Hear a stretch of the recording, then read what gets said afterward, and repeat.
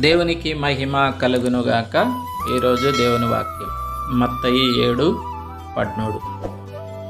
ఇరుకు ద్వారమున ప్రవేశించుడి, నాశనమునకు పోవు ద్వారము వెడల్పును, ఆ దారి విశాలమునై ఉన్నది, దాని ద్వారా ప్రవేశించువారు అనేకులు.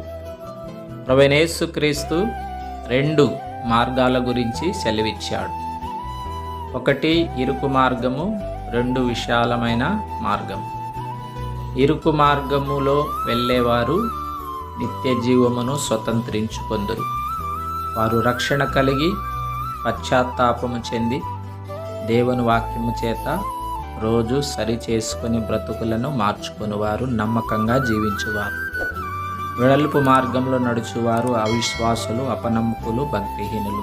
అటువంటి ఇరుకైన మార్గంలో నడుద్దాం, నిత్య జీవాన్ని స్వతంత్రించుకుందాం.